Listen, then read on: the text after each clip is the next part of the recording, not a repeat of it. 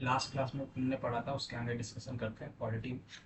तो पॉलिटी में अपन ने पढ़ा था, लास्ट क्लास में कॉन्स्टिट्यूशनलिटी देख ली थी, कैसे कॉन्स्टिट्यूशनल ड्राफ्ट हुआ था ये देखा था, कमेटी में कौन कौन मेंबर गए थे, कैसे कैसे गए थे ये देखा था हमने।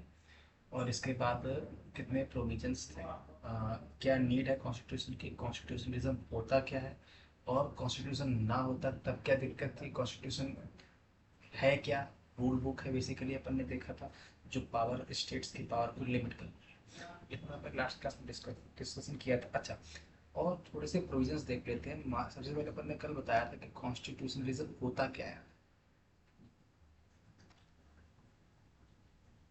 कॉन्स्टिट्यूशनलिज्म होता क्या है? कॉन्स्टिट्यूशनलिज्म बेसिकली एक कॉन्सेप्ट है जो कि स्टेट की पावर को लिमिट करता है। स्टेट की पावर को लिमिट करने का मतलब क्या है कि मेरे पास सुप्रीम बॉडी कॉन्स्टिट्यूशन होगी, इसके ब्रीच कोई नहीं कर सकता, मतलब इसकी पावर को कोई ब्रीच नहीं कर सकता, कोई भी ऐसी अथॉरिटी नहीं बनी है जो इसकी पावर को ब्रीच कर सके। यही बेसिकली कॉन्सेप्ट है कॉन्स्टिट्यूशनलिज्म का। अच्छा, तो ऐसा अपन कैसे मान लें कि ऐसा कोई प्रोविजन क्या हमारे कॉन्स्टिट्यूशन में गिवन है जिससे ये प्रूव होता हो कि हाँ, मेरे कॉन्स्टिट्यूशन में कॉन्स्टिट्यूशनलिज्म की ऐसे प्रोविजंस है। तो सबसे पहले अपन ने ये देखा था कि मेरे पास कॉन्स्टिट्यूशन में क्या होता है, supremacy of constitution. Supremacy of constitution basically that is nothing beyond constitution. ये अपन ने देखा। अच्छा, ऐसा कोई प्रोविजन है क्या जिससे अपन ये बोल सके कि हाँ, मेरे कॉन्स्टिट्यूशन में कॉन्स्टिट्यूशन के लिए प्रोविजंस हैं? तो अपन ने कल बताया था कि अगर मेरे पास मेरे राइट्स वायलेट होते, अगर मेरे राइट्स वायलेट होते तो मैं किसी अथॉरिटी को सपोर्ट लेके मैं किसी अथॉरिटी के पास पहुंच पाऊँ कि हाँ भाई, मेरे राइट वायलेट हुए। तो उस रूल बुक के अनुसार उस मेरे राइट जो वायलेट हुए हैं, उस राइट जो वायलेट करने वाला है उसके ऊपर एक्शन लिया जा सके। तो बेसिकली ये सारे प्रोविजंस मेंशन्ड है कॉन्स्टिट्यूशन में। तो मैंने कभी ऐसा, मेरे को एग्जांपल दो। तो मैंने कहा एग्जांपल के तौर पर अगर बोले आर्टिकल 13(2), आर्टिकल 13(2) क्या बोलता है कि अगर आपके पास, आर्टिकल 13(2) बोलता है कि state can not, state can not make any law which violate fundamental. Clear है ये बात कि सबसे पहले ये कॉन्स्टिट्यूशन स्टेट की पावर को लिमिट करता है कि वो ऐसी कोई भी लॉ नहीं बना सकता जो हमारे फंडामेंटल राइट्स को वायलेट करते हैं, जो कि आर्टिकल 13(2) में मेंशन्ड है। पहला प्रोविजन। सेकंड प्रोविजन क्या है, सेकंड प्रूफ क्या है? सेकंड प्रूफ, मेरे बेसिकली हमको वो सारे कॉन्सेप्ट थिंक करने हैं जिससे मेरे मेरे स्टेट्स की पावर को लिमिटेशन मिलती हो। तो वो सारे पावर्स मेरे पास होने चाहिए। तो अगला आर्टिकल अपन अगर देखें, आर्टिकल 121 एंड 21, आर्टिकल 121 और 220। अच्छा, इसके हिसाब से क्या है कि ये जो है कहता है कि state legislature can't discuss in legislature about judge conduct in supreme court और हाई कोर्ट। इतनी बात क्लियर है? यहाँ तक कोई दर्द है?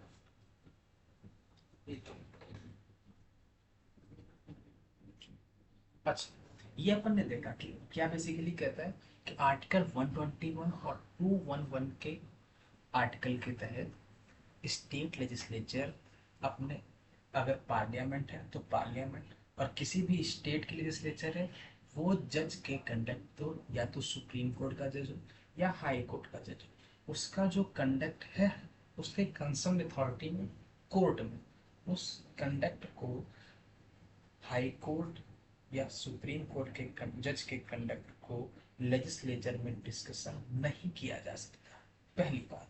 सेकंड बात, इसके लिए क्यों है ऐसा? क्योंकि ये एक तरीके से जज के कंडक्ट को डिस्कशन ना करने का प्रोविजन इसलिए है कि मान लो अगर कोई भी जज ने अपना आर्टिकल सुना है, अपना जजमेंट दिया, तो स्टेट लेजिस्लेचर उसके अगेंस्ट में एक्शन लेगा, जो कि ब्रीच होगी किसी भी वन अथॉरिटी की दूसरी अथॉरिटी कि एग्जीक्यूटिव, लेजिस्लेचर और जुडिशरी। बेसिकली तीनों की तीनों एक इंडिपेंडेंट अथॉरिटी है, किसी को भी किसी पे भी कंट्रोल नहीं है। और अपन का कॉन्स्टिट्यूशन ऐसा बनाया गया है कि कोई भी एक अथॉरिटी दूसरी अथॉरिटी पे ब्रीच नहीं करनी चाहिए, पहली बात। तो सबसे पहली बात ये है, आर्टिकल 121 और 211 के तहत, आर्टिकल 121 के तहत पार्लियामेंट या स्टेट लेजिस्लेचर जज के कंडक्ट को अपने कंसर्न लेजिस्लेचर में डिस्कशन नहीं कर सकती।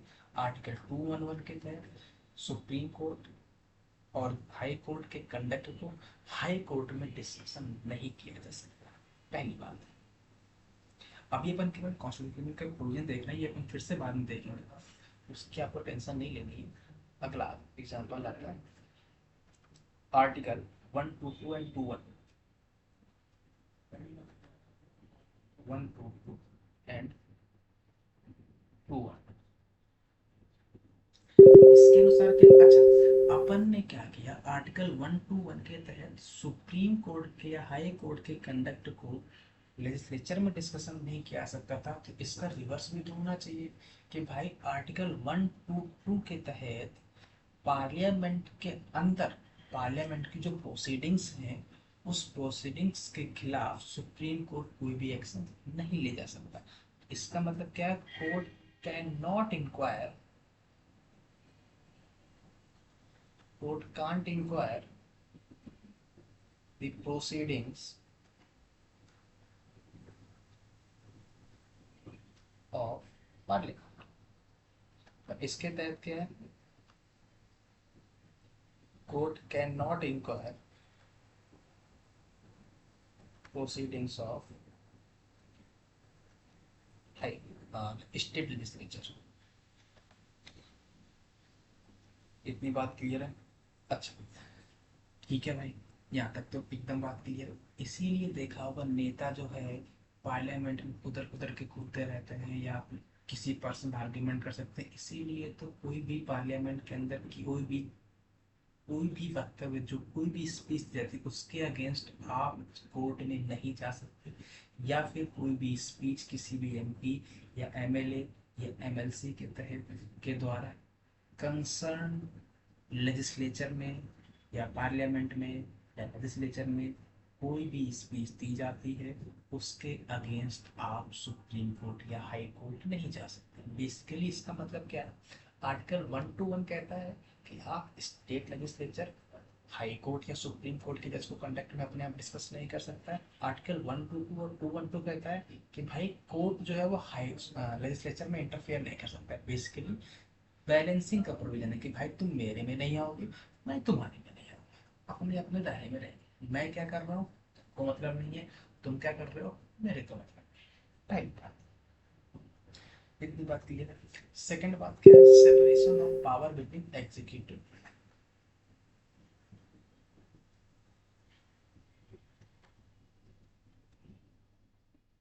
Between executive, legislature and judiciary. भाई ये भी तो एक कॉन्स्टिट्यूशन का प्रोविजन है भाई, अपन पढ़ रहे हैं कॉन्स्टिट्यूशन, सुप्रीमेसी ऑफ कॉन्स्टिट्यूशन, कि भाई ऐसे कौन कौन से अपन के कॉन्स्टिट्यूशन में प्रोविजन, ऐसे बहुत सारे प्रोविजन हो सकते हैं। मैं कुछ ऐसे पॉइंट्स लिख रहा हूँ जो मेरे पास अवेलेबल है। तो सेपरेशन ऑफ पावर, कि भाई अगर इंडिपेंडेंस होती, एग्जीक्यूटिव अलग अथॉरिटी है, लेजिस्लेचर अलग अथॉरिटी है, जुडिशरी अलग अथॉरिटी है, तीनों की पावर अलग अलग है, किसी की भी पावर किसी पे ब्रीच नहीं कर सकती है। तो जब कोई एक अथॉरिटी किसी दूसरी अथॉरिटी पे ब्रीच करने का प्रयास करेगा, तो इंडिपेंडेंटली थर्ड अथॉरिटी आएगी जो उसकी पावर को लिमिट कर देगी। तो बेसिकली उस रूल के अनुसार पूरी पावर उस रूल बुक में है कि किसी भी अगर अथॉरिटी उस रूल बुक को ब्रीच करती है, तो अगेन थर्ड अथॉरिटी आके उसकी पावर को लिमिट करती है। क्लियर है इतनी बात, यहाँ तक कोई दर्द नहीं होगा। अगला पॉइंट है आर्टिकल 15(1),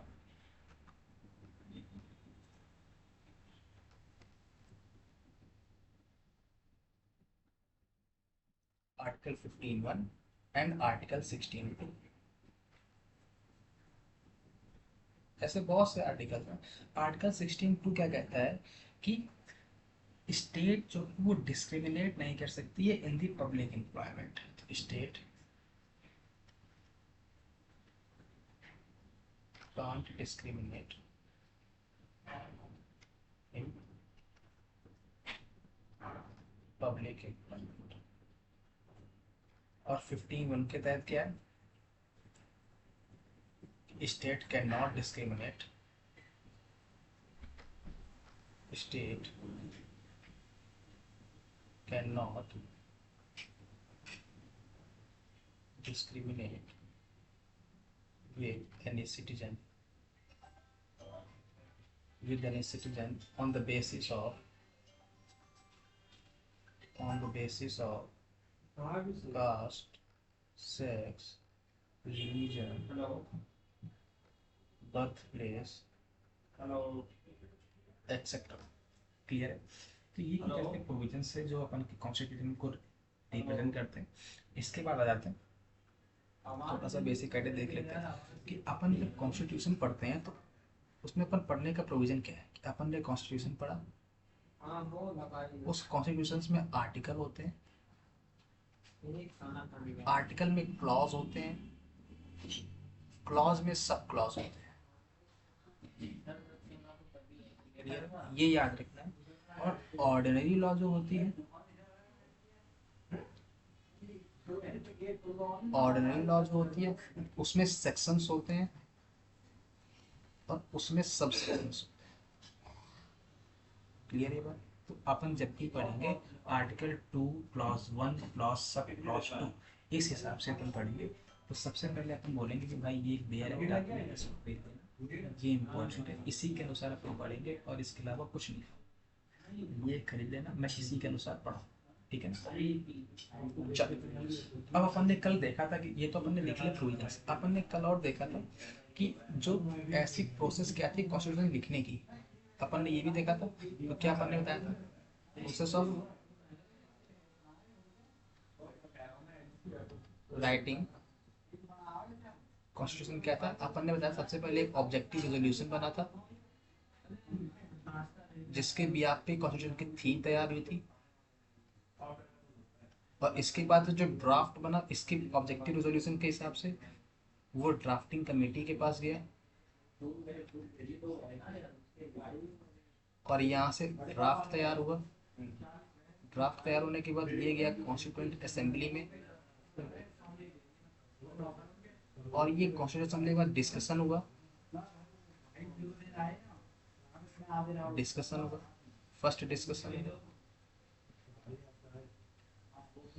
फर्स्ट डिस्कशन हुआ, अवेयरनेस हुई। सेकंड डिस्कशन हुआ जिसमें किसी भी अगर जो कॉन्स्टिट्यूशन असेंबली के मेंबर है उनको अगर कोई भी अपनी बात रखनी है तो अपनी बात रखेंगे, कोई प्रोविजन ऐड करना तो प्रोविजन ऐड होगा, कोई भी प्रोविजंस को रिमूव करना है तो प्रोविजंस को रिमूव किया जाएगा। तो बेसिकली इसके भी आप पे सेकेंड रीडिंग, इसमें या रिमूवल कोई प्रोविजन को रिमूव करना है या किसी प्रोविजंस को ऐड करना है या कोई ऐसा प्रोविजन है जो हटाना है या कुछ भी करना है, तो इस सेकंड रीडिंग में ये सब किया गया। क्लियर है यहाँ? अब आई थर्ड रीडिंग की बारी। इस थर्ड रीडिंग में फाइनल ड्राफ्ट तैयार हुआ। फाइनल ड्राफ्ट तैयार होने के बाद ये फाइनल ड्राफ्ट जाता है 26 नवंबर 1949 को फाइनल ड्राफ्ट तैयार होता है, और ये ड्राफ्ट कॉन्स्टिट्यूशन ऑफ इंडिया 26 जनवरी 1950 को इनफोर्स हो जाता है। क्लियर है? ये पूरा प्रोविजंस था अभी तक जो अपन ने पढ़ा, उसके हिसाब से अपन ने अभी तक इतना पढ़ रखा था। अपन ने कॉन्स्टिट्यूशन देख रखा था, कैसे प्रोसेस राइटिंग हुआ ये देख रखा था। अब आगे बढ़ते हैं, अब अपन पढ़ते हैं भाई साहब आ जाते हैं कि भाई कॉन्स्टिट्यूशन की ऐसे क्या क्या फीचर्स हैं जो अपन को जानने चाहिए। अगला आइडिया आता है silent feature of constitution of India. Clear है? अब फीचर्स क्या क्या है अपन के कॉन्स्टिट्यूशन के, ये अपन समझ रहे हैं। सबसे पहले कहा जाता है कि भाई अपन का जो कॉन्स्टिट्यूशन है वो बोरोड कॉन्स्टिट्यूशन है। बोरोड मतलब भाई हमने मांग लिया है। मांग लिया इन द सेंस ये नहीं कि अपन भाई ले गए भाई तेरा वाला दे दे मेरा वाला दे दे, ऐसा नहीं। अपन ने कॉन्स्टिट्यूशन देखा, लेकिन उसके जो प्रोविजंस है वो कुछ प्रोविजंस अपन ने इस कंट्री से उठाए, कुछ प्रोविजंस अपन ने इस कंट्री से उठाए, कुछ प्रोविजंस अपन ने दूसरी कंट्री से उठाए, और कुछ प्रोविजंस अपन ने खुद ऐड किए। क्लियर है? अपन को कहा जाता है कि इंडिया कॉन्स्टिट्यूशन जो है वो बोरोड कॉन्स्टिट्यूशन है। तो पहला जो आता है फीचर वो अपन का बोरोड कॉन्स्टिट्यूशन है। क्या क्या ऐसे प्रोविजन जो अपन ने बोरो किए। अच्छा, ऐसा नहीं कि बोरो करने से कोई अपन की इज्जत चली गई, नहीं। अगर सामने वाले का कोई चीज मेरे को अच्छा लग रहा है तो मैं उसकी चीज को क्यों नहीं लूँ। उन्होंने ब्रिटेन ने, अगर अपन बात करें ब्रिटेन की, तो ब्रिटेन भाई 1700 उसमें 300-400 साल हो गए उस कॉन्स्टिट्यूशन को ड्राफ्ट हुए। वो उस प्रैक्टिस को 400 साल से कर, अगर उनकी सक्सेस है कॉन्स्टिट्यूशन ऑफ, उनके कॉन्स्टिट्यूशन सक्सेस है या यूएसए के कॉन्स्टिट्यूशन सक्सेस है, तो कहीं ना कहीं उनके कॉन्स्टिट्यूशन में दम है, उनके प्रोविजंस में दम है, तभी तो उनका कॉन्स्टिट्यूशन सर्वाइव कर रहा है। तो ऐसा नहीं कि बहुत बुरी बात है, बिल्कुल नहीं। अगर उनके कुछ अच्छे प्रोविजंस हैं तो मेरे को लेने चाहिए। अपन ने क्या किया भाई, तुम्हारे ये वाले अच्छे प्रोविजंस है, चलो आ जाओ भाई। तुम्हारे ये वाले अच्छे, तुम भी आ जाओ भाई। तुम्हारे ये वाले अच्छे, तुम आ जाओ भाई।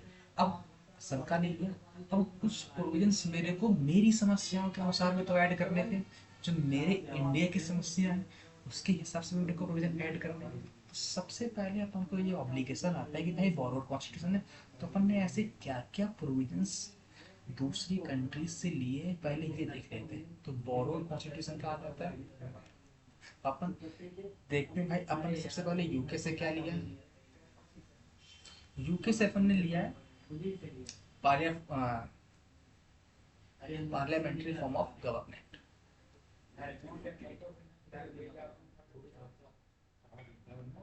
जैसे कि अगर अपन बात करें, जैसे कि चाइना ले लें। चाइना में पार्टी बेसिस पे गवर्नमेंट बनती है, लेकिन अगर अपन यूके की बात करें तो यूके में क्या है ना कि पार्लियामेंट है, पार्लियामेंट के बिहाफ पे गवर्नमेंट बनती है। तो वो जो प्रोसेस है वो अपन ने यूके से लिया है, क्योंकि यू यूएसए में ऐसा नहीं होता है। यूएसए में क्या प्रोसेस अपन अभी देखेंगे उसका भी, लेकिन अभी यूके का प्रोसेस बता रहा हूँ कि अपन ने जो यूके से लिया है वो पार्लियामेंट फॉर्म ऑफ डेमोक्रेसी, वो पार्लियामेंट फॉर्म ऑफ गवर्नमेंट, ये अपन का प्रोसेस यूके से आया। इसके पीछे एक रीजन भी था भाई क्यों लिया, कि भाई अपन ने ना 200 साल अंग्रेजों को देखा था, उनका प्रोसेस बड़ा अच्छा था। पर हमारे जो एलीट क्लास वाले लोग थे जो कॉन्स्टिट्यूशन को ड्राफ्ट कर रहे थे, उनको अच्छी तरीके से पता था कि भाई इनका कॉन्स्टिट्यूशन में दम तो है। तो उन्होंने जो गवर्नमेंट ऑफ इंडिया एक्ट 1935 को इंट्रोड्यूस किया था, तो उससे काफ़ी प्रोविजंस, काफ़ी सिमिलैरिटी उनकी पार्लियामेंट डेमोक्रेसी से आती थी। तो क्योंकि एक ऐसा इफेक्ट भी था, अपन के माइंडसेट भी थे कि हाँ भाई इनका पावर अच्छा है, तो पार्लियामेंट गवर्नमेंट अपन ने वहां से लिया। क्यों? क्योंकि बिकॉज ऑफ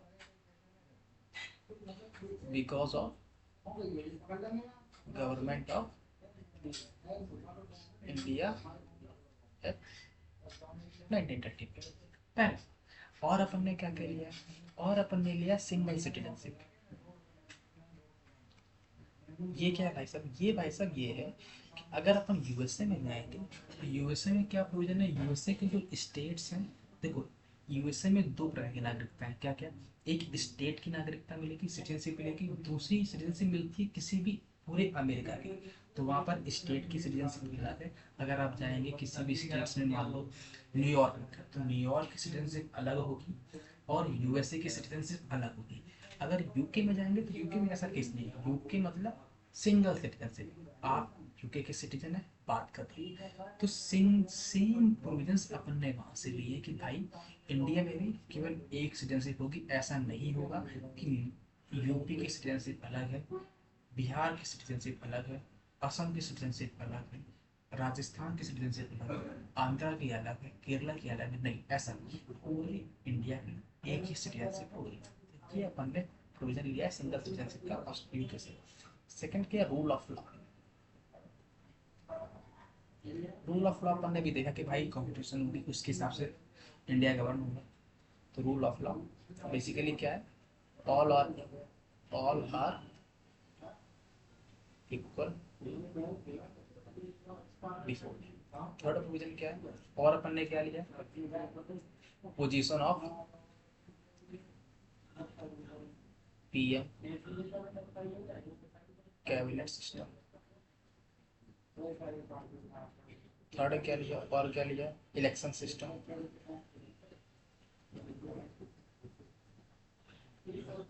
और क्या लिया, ऑफिस ऑफ सीएजी। ये अपन ने वहां से कुछ ऐसे प्रोविजंस है जो अपन ने वहां से लिए, जैसे कि फर्स्ट पास्ट की इलेक्शन प्रोसेस, क्या लिया अपन ने, फर्स्ट पास्ट की सिस्टम।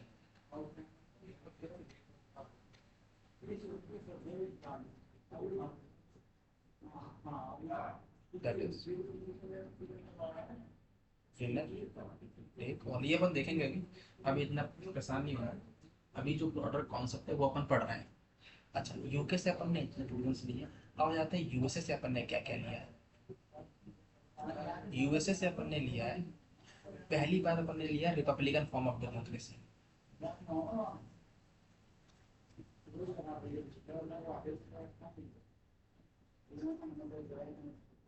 क्यों भाई, अच्छा रिपब्लिकन फॉर्म ऑफ डेमोक्रेसी का मतलब ये है कि भाई मेरे पास एक प्रेसिडेंट होगा। अनलाइक ब्रिटेन, ब्रिटेन में क्राउन होता है, क्राउन एक नॉमिनल हेड है, रियल पावर वहां भी नहीं है क्राउन के पास अपनी। तो जैसे कि वहां पर ब्रिटेन में क्राउन नॉमिनल हेड है, लेकिन वहां पर एक हेरिडेटरी पोजीशन है क्राउन की। लेकिन अनलाइक यूएसए, यूएसए में क्या है कि प्रेसिडेंट हेड है, लेकिन प्रेसिडेंट यूएसए में प्रेसिडेंट हेड तो है, लेकिन पावर भी प्रेसिडेंट के पास बहुत सारी गिवन है। लेकिन ऐसा इंडिया में नहीं है। इंडिया में क्या सिस्टम है, रिपब्लिकन फॉर्म ऑफ डेमोक्रेसी भी है, प्रेसिडेंट भी है, लेकिन प्रेसिडेंट को जो पावर गिवन है वो ब्रिटेन के क्राउन के हिसाब से गिवन है। प्रेसिडेंट तो इंडिया में है जैसे कि यूएसए में होता है, लेकिन उस अपने इंडिया के प्रेसिडेंट के पास पावर नहीं गिवन है, पूरी पावर गिवन है पीएम के पास। तो प्रेसिडेंट एक तरीके से नॉमिनल हेड है, तो अपन उसको बोलेंगे तो रिपब्लिक फॉर्म ऑफ डेमोक्रेसी। तो प्रेसिडेंट क्या है,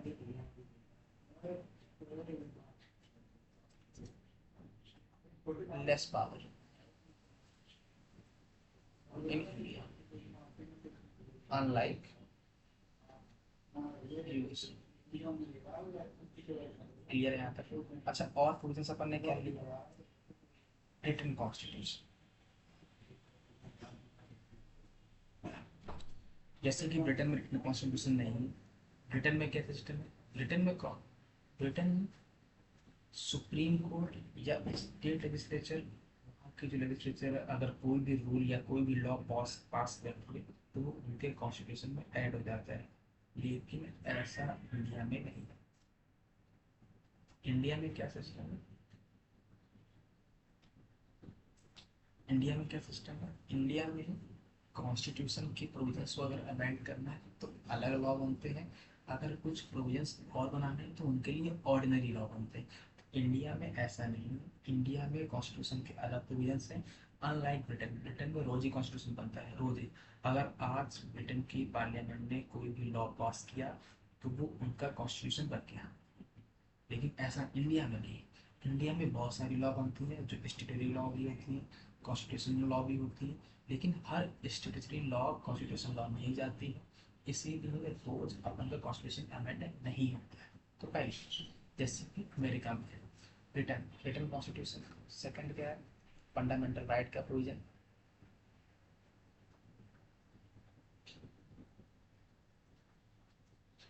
थर्ड क्या है, judicial review.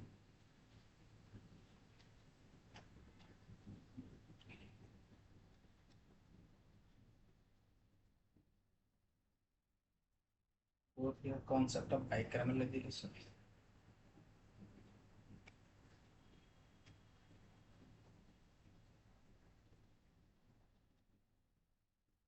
Idea of preamble. ये तो अपन ने लिया है यूएसए से। अच्छा, और कहाँ से क्या क्या लिया, अपन ने फ्रांस से लिया है। अब फ्रांस से बात करते हैं। तो फ्रेंच कॉन्स्टिट्यूशन से अपन ने क्या क्या लिया, लिबर्टी, फ्रेटर्निटी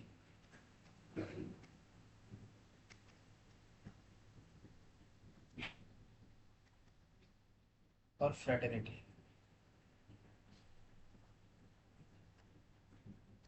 ये अपने फ्रांस से लिया। अच्छा, आयरलैंड से क्या क्या लिया?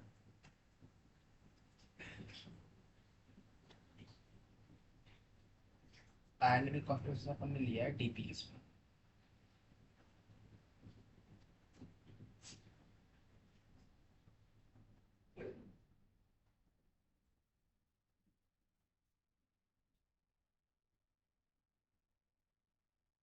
और अपन ने साउथ अफ्रीका से क्या क्या लिया?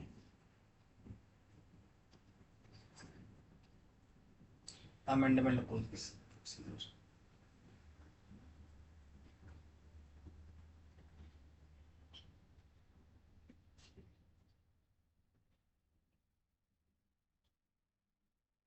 और अपन ने क्या क्या लिया? रसिया से, जर्मनी से भी क्या लिया? जर्मनी से, जर्मनी से अपन ने लिया emergency provisions.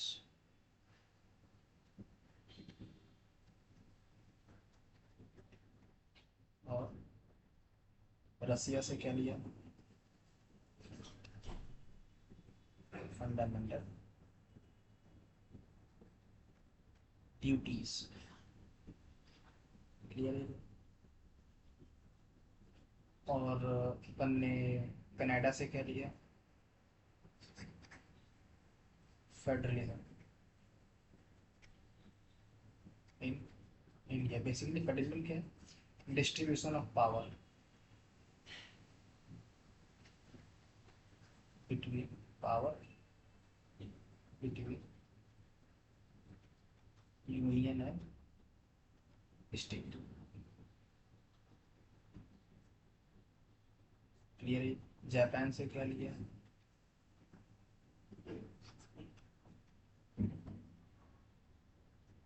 Procedure established by law. ये कुछ प्रोविजंस थे जो अपन ने दूसरे के कॉन्स्टिट्यूशन से लिए। अच्छा, ऐसा नहीं कि सारे हमने अपन दूसरे से ही ले लिए, अपन के कुछ पर्सनल लिए, वो भी अपन अभी बता दिए क्या क्या है। क्लियर है? हाँ। चल, तो ये तो अपन ने जितने प्रोविजंस अपन ने लिखे हैं ये अपन अभी वन बाय वन पढ़ेंगे आगे आने वाले कॉन्स्टिट्यूशन में, इसकी आपको टेंशन नहीं लेनी है। लेकिन इतने चीजें जो हैं जो अपन ने दूसरे के कॉन्स्टिट्यूशन से उधार ले लेना है। चल भाई, तेरे में ये अच्छी बात है, आ जा तू मेरे पास आ जा। तो ये चीज़ तो थी जो अपन ने दूसरे कॉन्स्टिट्यूशन से। और क्या क्या फीचर्स हैं भाई? और फीचर्स के अपन बात करें कि ऐसा प्रोसेस भी कुछ बता दो भैया जो अपन की इंडिया खुद हो, तो वो देख लेते हैं। तो सेकंड जो फीचर है, जो खुद के फीचर है यूनिक, जो इंडिया ने अपने इंडिया की डिमांड के अनुसार ऐड की, जैसे कि अपन बात करें आर्टिकल 17, अनटचेबिलिटी। अब अनटचेबिलिटी यूएसए में तो होती नहीं है, अनटचेबिलिटी ब्रिटेन में तो होती नहीं है, अनटचेबिलिटी कनाडा में तो होती नहीं, अनटचेबिलिटी आयरलैंड में तो होती नहीं। ये अनटचेबिलिटी की प्रैक्टिस एक इंडियन प्रैक्टिस थी। उसको रिमूव करने के लिए, टचेबिलिटी एक इंडियन प्रैक्टिस थी तो उसको रिमूव करने के लिए प्रोविजंस मेरे को खुद से ऐड करने पड़े। तो ये इंडियन का खुद का प्रोविजन जो इंडिया की डिमांड के अनुसार बना है। सेकंड क्या? Article 262, inter state water dispute.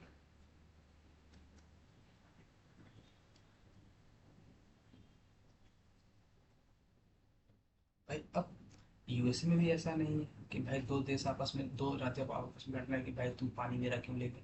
ये डिस्प्यूट्स केवल इंडिया में ही आते हैं कि भाई दो राज्य आपस में लड़ रहा है कि भाई तू मेरा पानी क्यों ले गए, नदी का, रिवर्स का पानी, रिवर डिस्प्यूट। तो उनके लिए एक inter state water dispute tribunal बनाया गया जो कि उनके डिस्प्यूट्स को रिजॉल्व करता है। अपन अभी आगे देखेंगे। सेकेंड, जो अपने खुद के schedule 5 and schedule 6,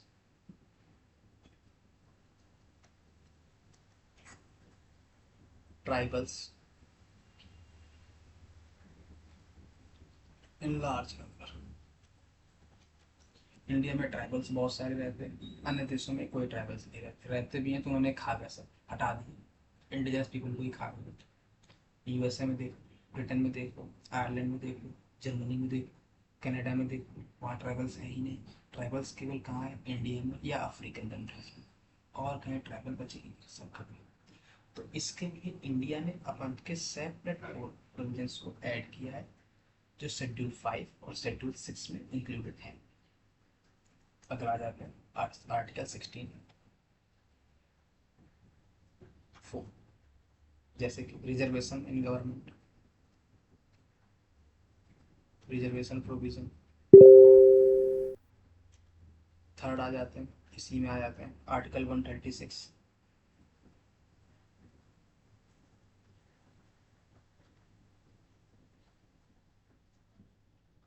special leave petition power. ये क्या पावर है, इसको देख लो। बेसिकली ये है स्पेशल लीव पिटिशन पावर, क्या है, किसी भी कोर्ट की ऑफ सुप्रीम कोर्ट। ये क्या कहते हैं कि मान लो कोई भी डिस्ट्रिक्ट कोर्ट में केस चल रहा है तुम्हारा, डिस्ट्रिक्ट केस में कोर्स केस चल रहा है, और सुप्रीम कोर्ट डायरेक्टली, भले चाहे वो केस का जजमेंट आ चुका हो या केस का जजमेंट आना हो, कोई मैटर नहीं करता, सुप्रीम कोर्ट चाहे तो उस केस को डायरेक्टली अपने पास बुला सकती है। ये सुप्रीम कोर्ट की स्पेशल पावर है, स्पेशल लीव पिटिशन पावर। इसी को अपन ये केवल इंडियन कॉन्स्टिट्यूशन में ऐड होता है और कहीं नहीं। बात पकड़ में आ गई। चलो ठीक है। तो ये कुछ यूनिक फीचर्स थे जो इंडियन कॉन्स्टिट्यूशन में ही थे, और अभी और आएंगे तो वो अपन पढ़ेंगे अपनी उसका भी।